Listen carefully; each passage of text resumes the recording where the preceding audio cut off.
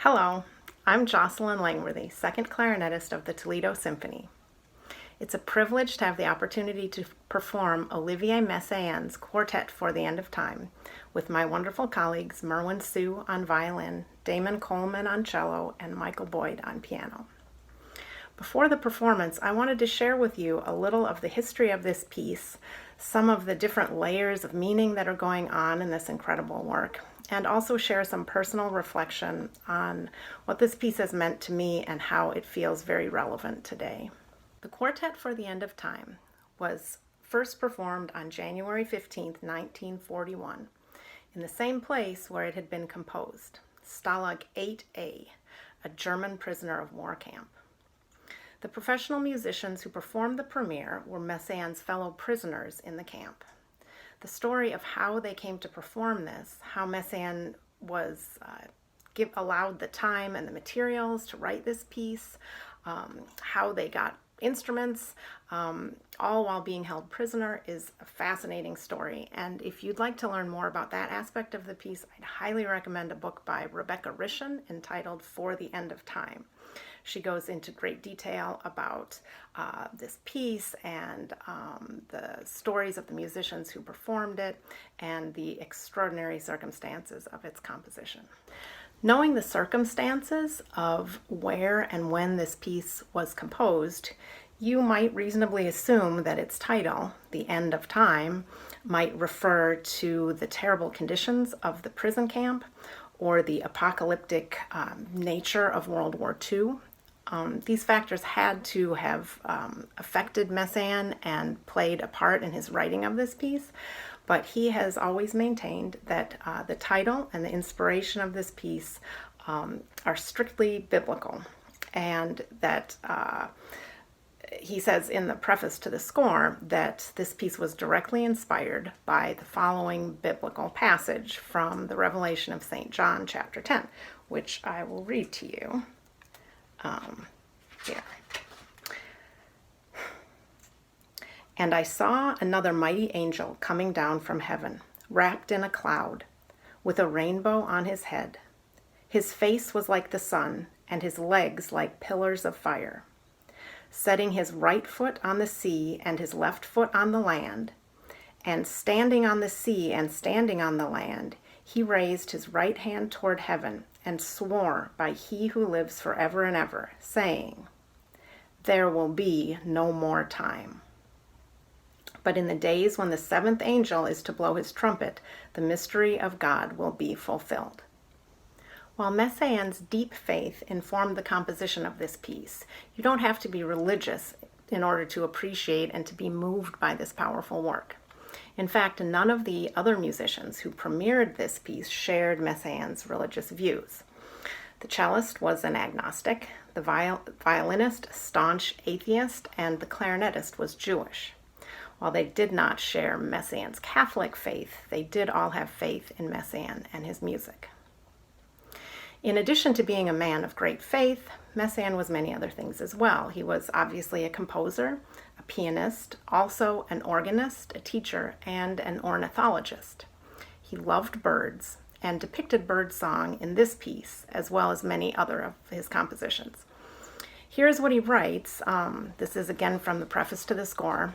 This is what he writes about the first movement, entitled Crystal Liturgy. Between 3 and 4 o'clock in the morning, the birds awaken. A solo blackbird or nightingale improvises, surrounded by dust whirls of sound, by a halo of harmonics lost high up in the trees. Transpose this onto a religious plane. You have the harmonious silence of heaven. The song of the blackbird is quite literally represented by the clarinet, which begins the movement, and the nightingale is portrayed by the violin. The cello creates the halo of harmonics, which you'll be able to hear.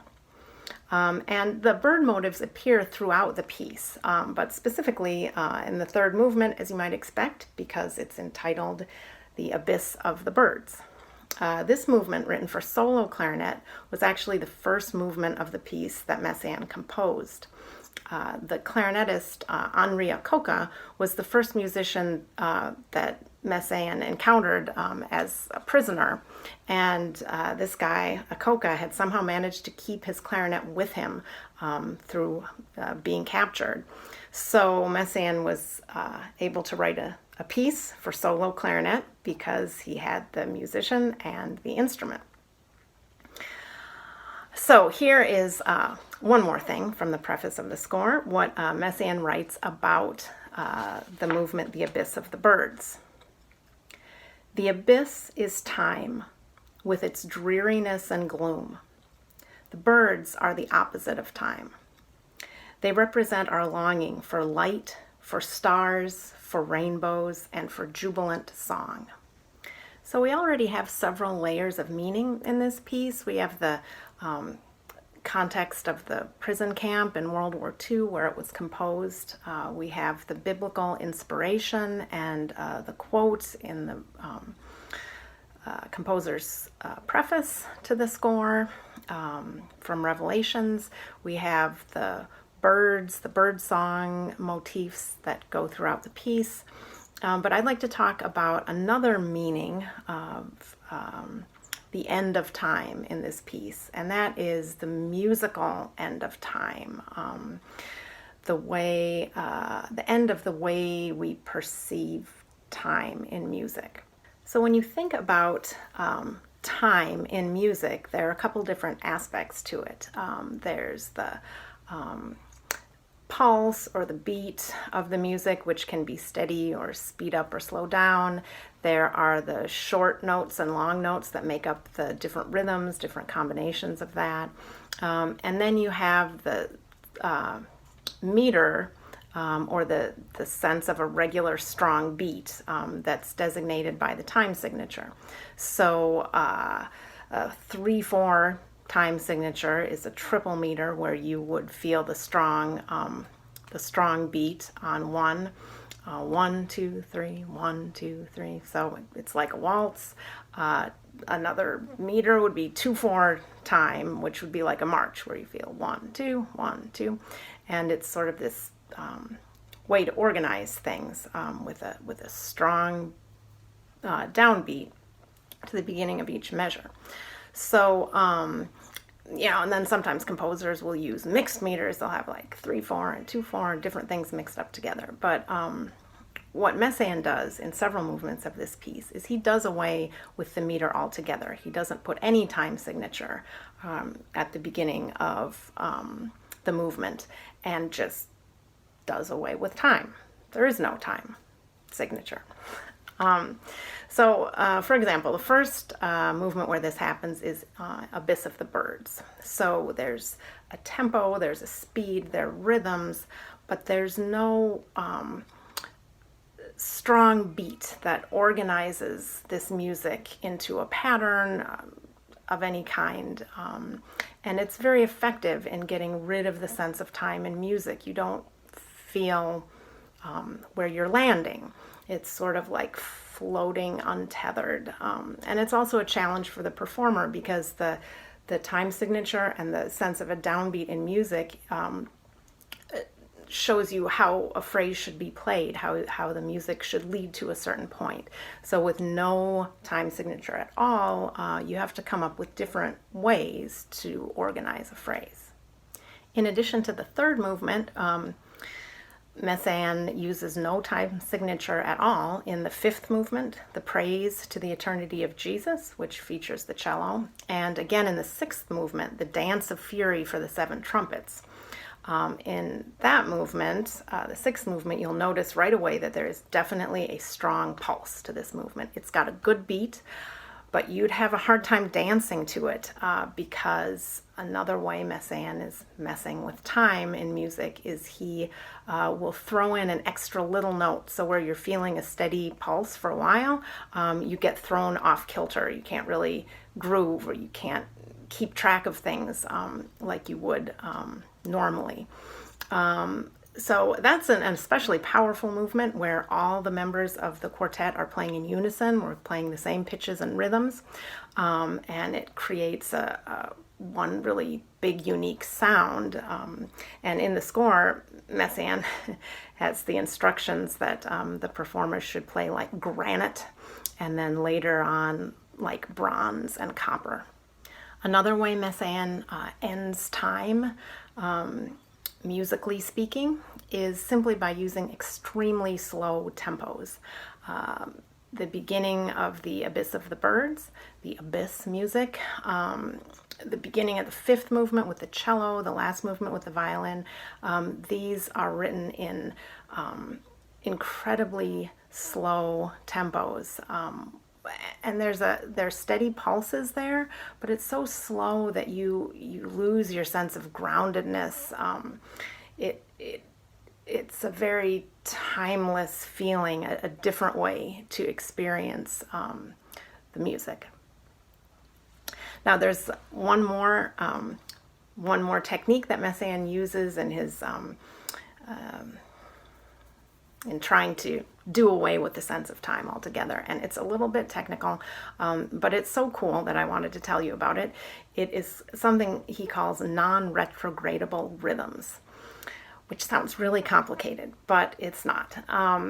What he means are using rhythms that sound the same whether you play them from beginning to end or whether you play them backwards, from the end back to the beginning. So a really simple example would be something like long, short, very long, short, long. So backwards or forwards, that's going to sound the same. It's essentially a rhythmical palindrome. Now this is something, the other ways he tries to do away with time, you might be able to hear in the music, especially the slow tempos. You'll know when it's slow. It's not easy to hear a non-retrogradable rhythm as you're just listening to the piece, but I want to tell you where it happens, because even if you can't follow the non-retrogradable rhythms, you'll know it's happening there, because this is a really noticeable point in the music. So it's in the sixth movement, the Dance of Fury for the seven trumpets, granite, copper, loud, everybody together, playing along, and all of a sudden the bottom drops out and it gets very quiet, and everyone is playing very ethereal, quiet, floating sounds, sounding very distant. And it's at that point that Messiaen writes one non-retrogradable rhythm after another. So there's one and there's another and another through the whole section that sounds like that. And on top of that, he's got a melody that repeats over and over again, but the melody doesn't line up with the rhythms, so it's overlapping, and it's super cool. So when you get to that part in the music, you'll hear it, you'll know he's using his fancy technique to do away with time at that point in the piece.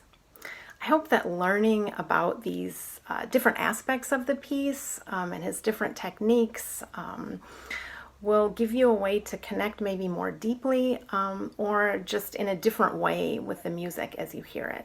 And to end, I would like to share some of my personal reflections on what this music has meant to me as I've been preparing for the performance. So I will tell you a little story. So back in the early days of the pandemic, back in March, things started getting bad and things were shutting down. The Toledo Symphony was supposed to play concerts on March 13th and 14th, and during that week of rehearsals, as things were getting worse and worse, we changed the plan and ended up performing our final concert on Friday, March 13th to an empty house. And after that concert was over, we went home and we stayed there. We didn't go anywhere after that.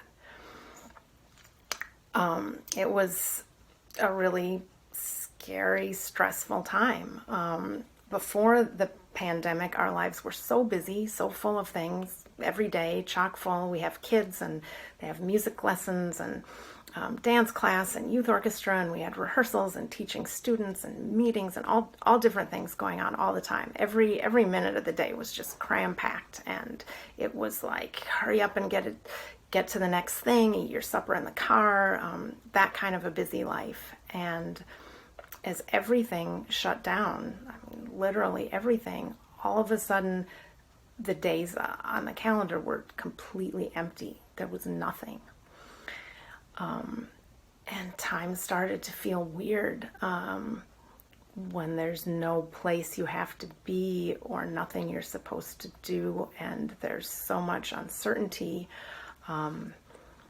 It felt bad. And I saw, like, on social media or whatever, people would post, like, what day is it? What's, is it Tuesday or is it Saturday? That kind of stuff. And I'd think to myself, like, wait, did I do that yesterday or was it last week? Time felt funny. And I thought about time as the abyss, the way Messiaen had written. It really had that feeling to it. It also, with so much unknown about the virus at that time, it felt like maybe it could be like the end of time. Really scary to think about. So I'm not somebody who normally goes to the gym or that kind of thing, but in the spring I started to go for walks because I was trying to get the stress out, work it out somehow, do something. So I started walking around the campus at UT because that's close to our house.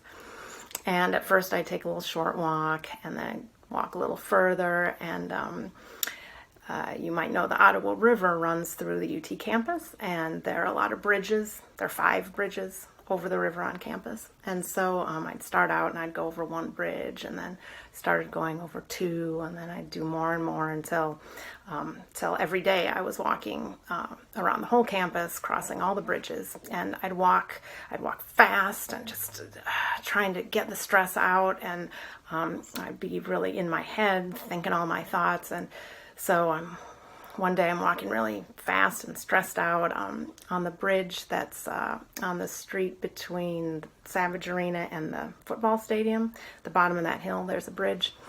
And I'm crossing that bridge, and I see right there a great blue heron. Like, not off in the distance somewhere, but like right there, this huge bird. And I stopped and just started watching it, and it was amazing. It would just stand so still and watch for a fish in the water, and when it saw one, it would slowly pull its head back and then move so fast just to catch the fish and shake it and swallow it down, eat its meal. It was amazing.